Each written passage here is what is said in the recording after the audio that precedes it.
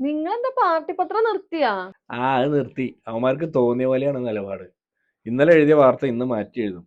അപ്പൊ അത് നിർത്തി കഴിഞ്ഞാൽ പകുതി സമാധാനമുണ്ട്. വേറെ പത്രം വായിക്കുകയാണെങ്കിൽ വിവരം വല്ലതും അറിയാലോ. പിന്നെ ഞങ്ങൾക്ക് പാർട്ടിക്കാർക്ക് പറയാനുള്ളത് പാർട്ടി സെക്രട്ടറിയും പ്രതിപക്ഷ നേതാവും പത്രസമ്മേളനം വിളിച്ചു പറയും. അതാണ് ഞങ്ങളുടെ നിലപാട്. പത്രം വായിച്ച വലിയ അപകടമാണ്. പത്രത്തിൽ വരുന്നത് വിശ്വസിച്ചാൽ പിന്നെ ന്യായീകരിക്കാൻ ആളെ കിട്ടാണ്ടാവും.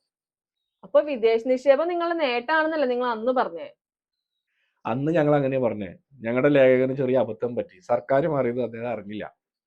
അതുകൊണ്ട് വിഴിഞ്ഞത്തെ വിദേശ നിക്ഷേപം മുൻ സർക്കാരിന്റെ നേട്ടമാണെന്ന് എഴുതി. 2 ദിവസം കഴിയുമ്പോൾ പാർട്ടി നിലപാട് തിരുത്തിയില്ലേ? ഞങ്ങൾ നിലപാട് തിരുത്തി. ഞങ്ങളുടെ പത്രത്തിനാണ് തെറ്റുപറ്റിയത്, ഞങ്ങൾക്കല്ല. ഇന്നത്തെ കടൽക്കൊള്ള അന്ന് നിങ്ങളുടെ സർക്കാരിന്റെ കാലത്ത് ഭയങ്കര പൊന്തൂവലായിരുന്നല്ലോ. 2015 ഞങ്ങൾക്ക് അത് കടൽ കൊള്ളയായിരുന്നു. 6000 കോടി രൂപയുടെ അഴിമതി ഞങ്ങൾ ആരോപിച്ചതാണ്. പിന്നെ കഴിഞ്ഞ 10 വർഷക്കാലം ഞങ്ങൾക്ക് കടൽ കൊള്ളാം, നല്ല വികസനമായിരുന്നു, വികസനത്തിന്റെ പൊൻതൂവലായിരുന്നു. അതിന്റെ ഉത്തരവാദിത്തം ഞങ്ങൾക്കാണ്. വീണ്ടും സർക്കാർ മാറിയപ്പോൾ കടൽ ഒട്ടും കൊള്ളൂല, ഭയങ്കരമായ അഴിമതി. എട്ടുകാലി മമ്മൂഞ്ഞെന്ന് കേട്ടിട്ടില്ലേ? അതാണ്. ഞങ്ങൾക്ക് ഇങ്ങനെ ഉദ്ഘാടനം ചെയ്യാൻ മാത്രം കുറെ പദ്ധതികൾ ഉണ്ടാവും. ഞങ്ങൾക്കതൊരു ഹരമാണ്. ഞങ്ങളായിട്ടൊരു പദ്ധതിയും കൊണ്ടുവരില്ല.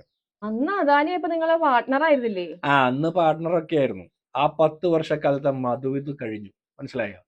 ഇപ്പൊ ഞങ്ങൾ പുറത്താവുമ്പോൾ കൊണ്ടുവരുന്ന ഓരോ വിദേശ നിക്ഷേപവും ഫ്രാഡ് അദാനിയുടെയാണ്. സമരം ചെയ്ത് ഞങ്ങൾ തൊലയ്ക്കും. 10 വർഷക്കാലം ഞങ്ങൾ പാർട്ട്ണർ എന്ന് വിളിച്ചപ്പോ സന്തോഷം കിട്ടിയില്ലേ? പാർട്ടി ആഫീസിൽ ഞങ്ങൾ സ്വീകരണം ഒരുക്കിയില്ലേ? ഞങ്ങളുടെ ദീർഘവീക്ഷണത്തിന്റെ വിജയമാണെന്ന് അദാനിക്ക് പിന്തുണ പ്രഖ്യാപിച്ച് ലേഖനം എഴുതിയില്ലേ? ഒരു മര്യാദയൊക്കെ വേണ്ടേ? ഞങ്ങളെയും കൂടി പരിഗണിക്കണ്ടേ? ഞങ്ങൾ കോൺക്ലേവ് നടത്തിയതല്ലേ വിദേശ നിക്ഷേപത്തിന് വേണ്ടി? 49 കോടി രൂപ എഴുതി തള്ളിക്കൊടുത്തതല്ലേ? 2060 വരെ കാലാവധി നീട്ടിക്കൊടുത്ത ഞങ്ങളെ മറക്കാമോ? MSCയുടെ കപ്പൽ കേരള തീരത്ത് മറിഞ്ഞു ചാടി പാരിസ്ഥിതിക പ്രശ്നം ഉണ്ടാക്കിയപ്പോൾ ഒരു കേസ് പോലും എടുക്കാതെ 2.5 മാസം സഹായിച്ച ഞങ്ങളെ മറന്നിട്ട് വിദേശ നിക്ഷേപം വരുമ്പോ അത് പുതിയ സർക്കാരിന്റെ നേട്ടമാണെന്ന് പറഞ്ഞാൽ സഹിക്കൂല. കുടുംബസമേതമല്ലേ തൊപ്പിയും വെച്ച് കോട്ട് വിട്ട് പോയി കാപ്പിയും കുടിച്ച് പിന്തുണ പ്രഖ്യാപിച്ചത്? ഒരു മര്യാദ വേണ്ടേ? പരിഗണിക്കണ്ടേ ഞങ്ങളെ?